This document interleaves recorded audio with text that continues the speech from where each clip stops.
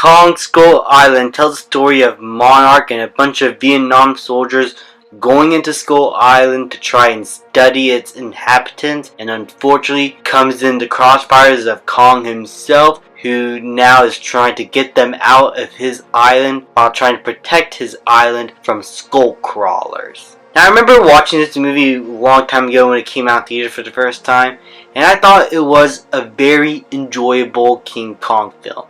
I didn't think it was as good as Peter Jackson's King Kong or as good as the original King Kong when I later on saw the original film. I thought it was just a decent enough time and a different kind of Kong movie, thankfully.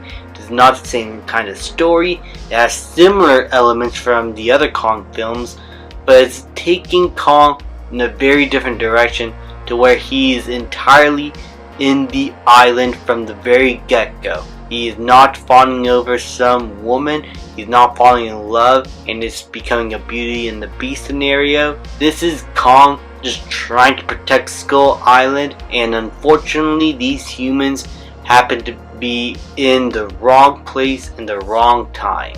Now, what are some of my favorite parts and least favorite parts? Well, I'm going to start with my least favorite parts, and it's kind of a mixed bag here, but it's something that I just have issues with.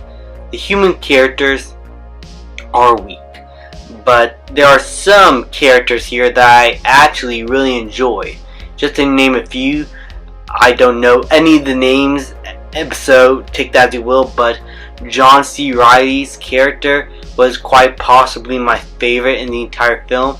He is funny, he had the most character development, he's the most entertaining, he's all around the best part of this entire film, at least one of the best. Alongside him we have John Goodman's character, who's trying to lead this expedition and is trying to prove the whole world that all these monsters exist. You can feel his ambition and passion flowing through that, while also understanding that there's a bit of darkness within him and a much darker intent behind his actions. As well as with Samuel L. Jackson, who's now an ex-Vietnam veteran after the war is over, and he is finding his life back at home meaningless. And once he comes into crossfires of Kong, he now finds purpose to go back into war and uses Kong as an excuse. He is essentially the main antagonist and is quite possibly, in my opinion, the best human antagonist that the MonsterVerse has given us, because he has an understandable character, he is vicious and cruel, and he is crazy, and Samuel Jackson just encapsulates that character very well, and you want to see him get his comeuppance and try to understand that what he's doing is wrong. Basically, he works very well as the antagonist, and I really enjoyed every moment he's on screen. As well as Tobin Bell, who doesn't have that much to do but is very entertaining, and many of the Vietnam soldiers there are fun enough characters. However, Tom Hiddleston and Brie Larson, while good in the film, are lacking in the character department. They essentially have the basic bare bones character that you could give these characters, and they just fade away and they just work for the plot. They're just nice looking actors on screen just because this movie needed some big name actors from the MCU, which this movie has quite a lot of that. So human characters are a mixed bag. Some are good, some are entertaining, while some are pretty disposable and you don't care a single bit if Kong or any of the monsters kill them or not. However, the best thing this movie has to offer are the visuals and action sequences. I found many of the visuals here and action bits really entertaining, especially with how it portrays Kong.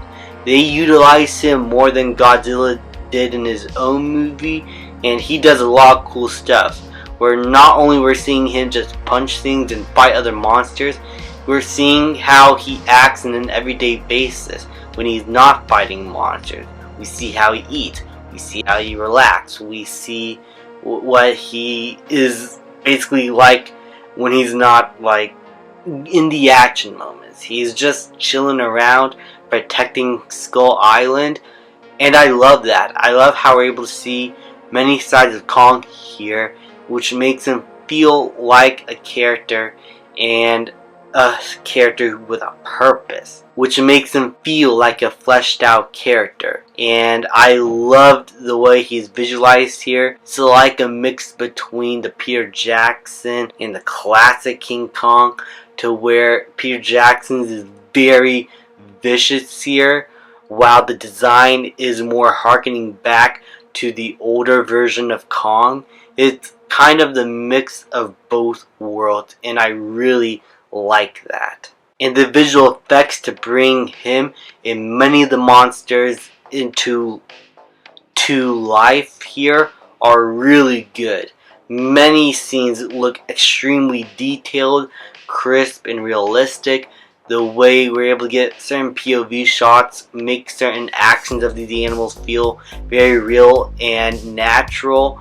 And there's a lot of cool things that the camera is able to do here, portraying these monsters as big, gigantic creatures, like what Gareth Edwards did with his Godzilla film, though I will admit not as great. How the director here was able to capture these monsters and make them feel big and epic was fantastic. However, not all the visuals work. Whenever it's daytime, it looks perfect. But whenever it's nighttime, you could definitely tell that Godzilla and many of the backgrounds and monsters here look fake and visual effects heavy.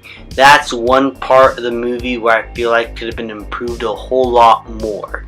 And adding that to the fact that the human characters are pretty lackluster, it's kind of a weird vibe when something is so good is then mixing with something so mediocre. It's like a bad whiplash effect that this movie has a problem with. As well as many scenes dragging out a bit longer. While Tobin Bell, as I said, is good, his scenes felt like they could have been cut out and not much would have been missed out.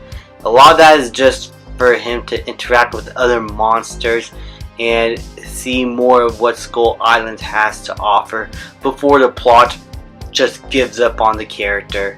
And that's kind of like filler, really. The movie is just wasting time. I felt like there are certain scenes here where the movie could have just cut it out, made it a little bit more streamlined, and the pacing would have flowed much better. And the reason for why our characters are going to Skull Island in the first place don't make them really likable characters at first. At least not all of them. Some of them, you understand, that's part of their character, but some of them, they just accept the fact and move along with it. And it isn't until much later to where they realize they're wrong and try to fix everything. But it just makes the whole setup feel very, I don't care about these characters, they all seem unlikable, just whatever. So overall, I had quite a bit of problems with this film. It doesn't hold up as good as I remembered. I didn't even love it back then, but even rewatching it today, it just doesn't hold up as well, and is definitely not as good as some of the other Kong films. However, I do love the direction that they're taking King Kong here and making him go on a different kind of adventure. They're portraying him in a different way. I love how Skull Island is represented, and as I said, the characters do get better as the movie goes along. Many of the visuals are great, so not perfect all the time, and Kong himself is just fantastic, and I love the way he's portrayed here.